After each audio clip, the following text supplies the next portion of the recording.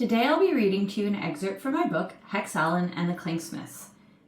So Hex Allen and the Clanksmiths by Jasmine Florentine, that's me, illustrated by Ebony Glenn. She's the illustrator who made this gorgeous cover illustration, as well as some of the pictures on the inside.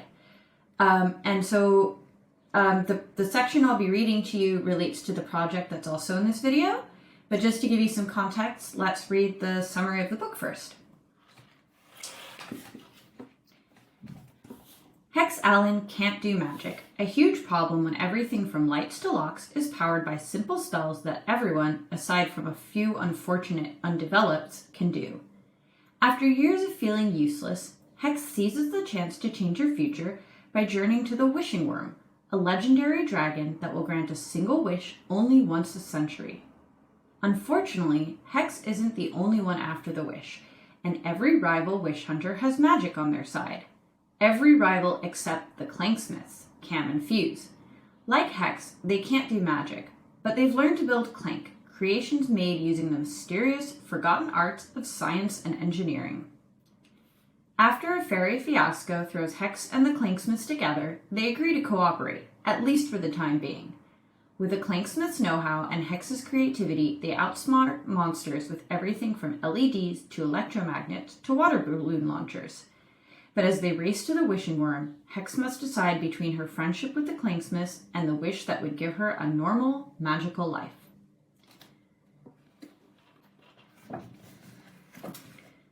So just for some context here, and this section here happens right around the time that Hex gets kidnapped by an ogress who also, like Hex, can't do magic and really wants a nightlight to read her books at night.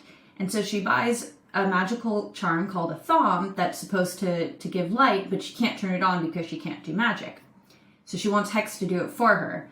And Hex doesn't want to tell her that she can't do magic because otherwise the ogress is threatened to feed her to her ogre boyfriend. So Hex decides to trick the ogress by using Clank instead and to make a nightlight and pretending that that's magic. So we'll start over here. The first page of the chapter had a picture of a thimble-shaped device with two long prongs jutting out of it. The caption underneath read, Light Emitting Diode, LED. Hex read to herself, Project 1, Light and LED. She didn't have time to read the instructions with the ogress glaring down her back, but there was a picture. It looked like she was supposed to take something that looked a lot like a coin but was labeled battery and slip it between the two prongs of the LED. Enough reading, Grunzilla said. Look, you can make this new type of thumb work, right? I don't have time for this. I'm a very busy ogress, I'll have you know. If you can't figure it out, we'll just call it a loss and I'll take you to my boyfriend's for dinner tomorrow. Hex swallowed. Take you to dinner had no right to sound as foreboding as it did. Yeah, let me just find the thumb.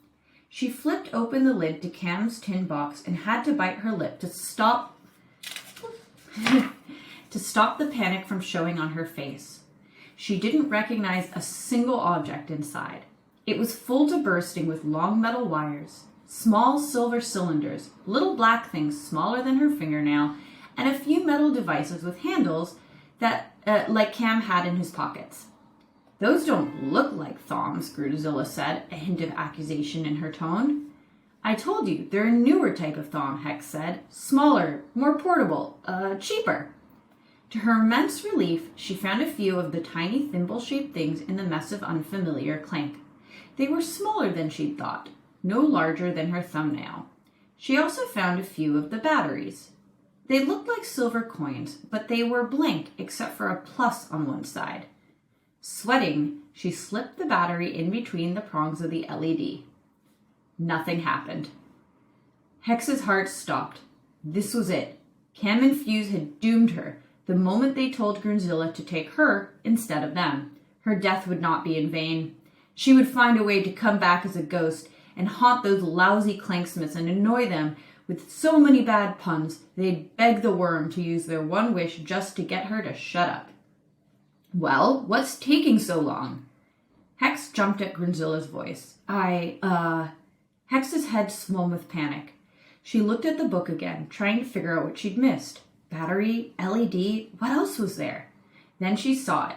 The prongs on the LED were 2 different lengths, with the plus side of the battery facing the longer prong.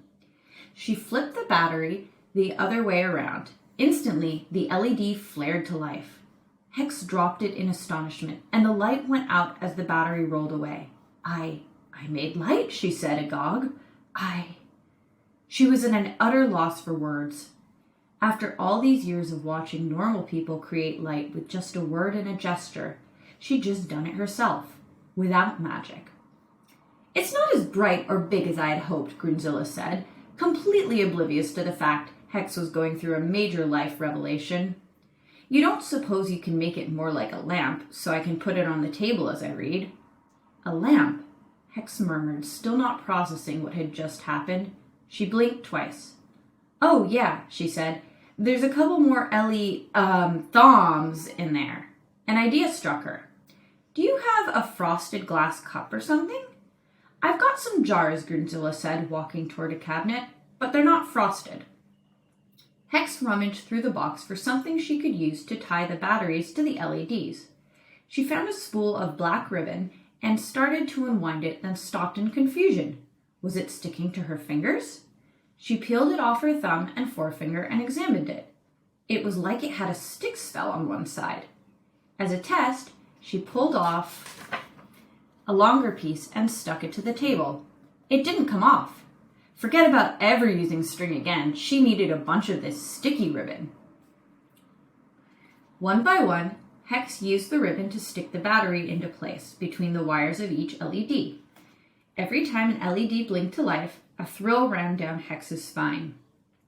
The day Spanner had first learned to activate a light thumb, they'd spent hours playing with it, trying to figure out if anything besides the incantation could turn it off. They dropped the coin-sized thumb into one of their mom's vases of flowers to see if the water would extinguish its light. It didn't, but something else incredible happened. The frosted glass vase had lit up, the light from the single tiny thumb spreading across its entire surface. They tried again, without water in the vase, to see what happened. When it still worked, they figured out it was the translucent frosted surface, not the water, that had made the light shine so evenly. And if that worked for a thumb, why not these LEDs? How about this? Grunzilla plunked a glass jar onto the table. It looked small for the ogress, but to Hex it was the size of a bucket. It wasn't frosted, but that was okay. Hex had another idea. Perfect, Hex said.